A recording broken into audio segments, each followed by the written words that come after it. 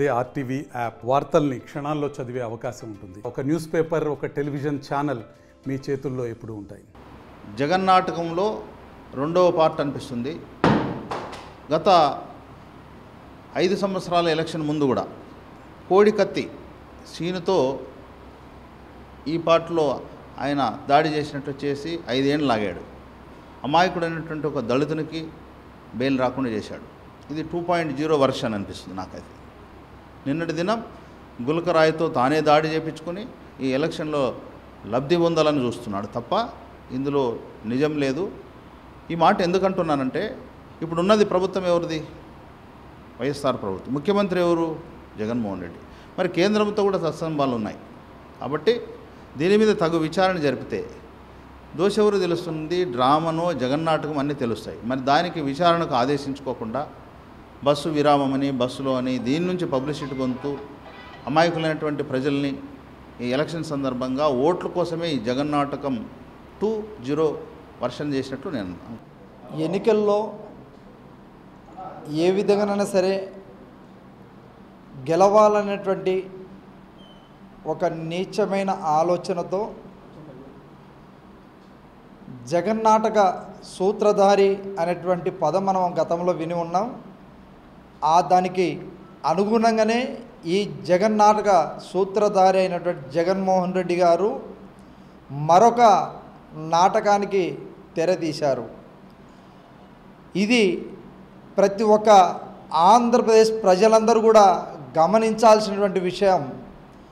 ఎందుకంటే గత ఎన్నికల్లో మనం చూసాం, ఎక్కడి నుండి సంకల్ప యాత్ర మొదలుపెట్టుకొని వాళ్ళ చిన్నాయనను చంపే వరకు మనం పరిశీలించినట్టయితే ప్రతిదీ కూడా సానుభూతి పొంది ప్రజలను మభ్యపెట్టి ప్రజలకు లేనిపోని హామీలు ఇచ్చి కోడికత్తి దాడి చేయించి ఈ ఇచ్చినటువంటి హామీలలో నిజంగానే అమలు చేస్తాడనేటువంటి భావన ఓ పక్క కల్పిస్తూ మళ్ళీ ఓ పక్క కోడికత్తి దాడి చేయించుకొని ఈ రెండు కూడా ప్రజల్లోకి పోయేటట్టుగా చూసినటువంటి ఒక నాటక సూత్రధారి నటనలో ఎన్టీ రామారావు నట స్వరూపాన్ని చూపిస్తే ఈయన ఎలక్షన్లో సానుభూతి పొందడం కోసం ఎటువంటి నటన స్వరూపాన్ని చూపిస్తున్నాడో ప్రజలందరూ కూడా గమనించాలని ఈ సందర్భం కోరుతా ఉన్నాను.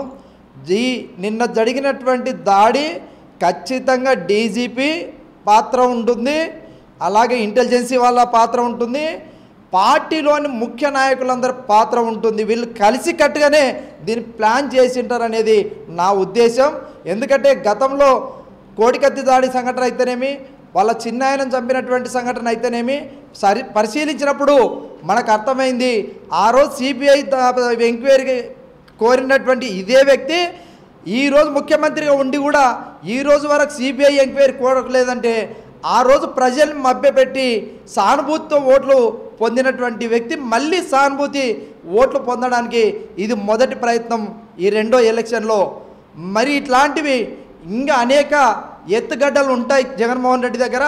కాబట్టి ప్రజలారా ప్రతి ఒక్కరూ అర్థం చేసుకోండి, జగన్మోహన్ రెడ్డి ప్రజల సానుభూతి పొందడానికి ఎంతకైనా దిగజారుతాడు. ఎంతకైనా దిగజారి ఇలాంటి మోసకారితనానికి, ఇలాంటి కుట్రకుతంత్రాలకి ఖచ్చితంగా ప్రయత్నిస్తూనే ఉంటాడు. గారు, నువ్వు ఒక్కసారి అనే అవకాశము ఇచ్చిన తర్వాత రాష్ట్రాన్ని నాశనం చేశావు. ఆ రోజు కోడికత్తి ఎలాగా చేసావో ఈరోజు కూడా రాళ్ళ దాడి కూడా నువ్వే చేయించుకొని కరెంటు ఆఫ్ చేసి మబ్బులో చీకట్లో ఎవరు కొట్టినారో తెలియదు, మళ్ళీ వెంటనే కరెంట్ వచ్చింది. నువ్వే ముఖ్యమంత్రి అండి, నీకే కరెంటు లేకపోతే ఏమి రచనయ్యా? నువ్వే దాడి చేసుకొని ప్రజలని మోసం చేయనిక, ప్రతిపక్షాల మీద బురద తలనిక, నీకే కూలగొట్టడం తెలుసు కానీ కట్టడం తెలియదు, పరిపాలించడం తెలియదు. తాడేపల్లిలోన నిద్రపోయి ఇన్ని రోజులు బయటికి రాకుండా చీరలు కట్టుకొని ఇన్ని రోజులు వచ్చావు.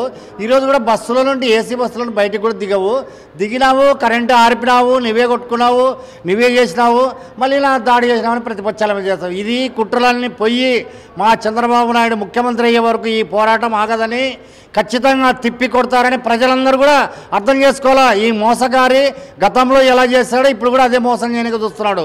కాబట్టి ఈ మోసాలని మనము మోసపోకూడదు. ప్రజలారా కళ్ళు తెచ్చుకోండి.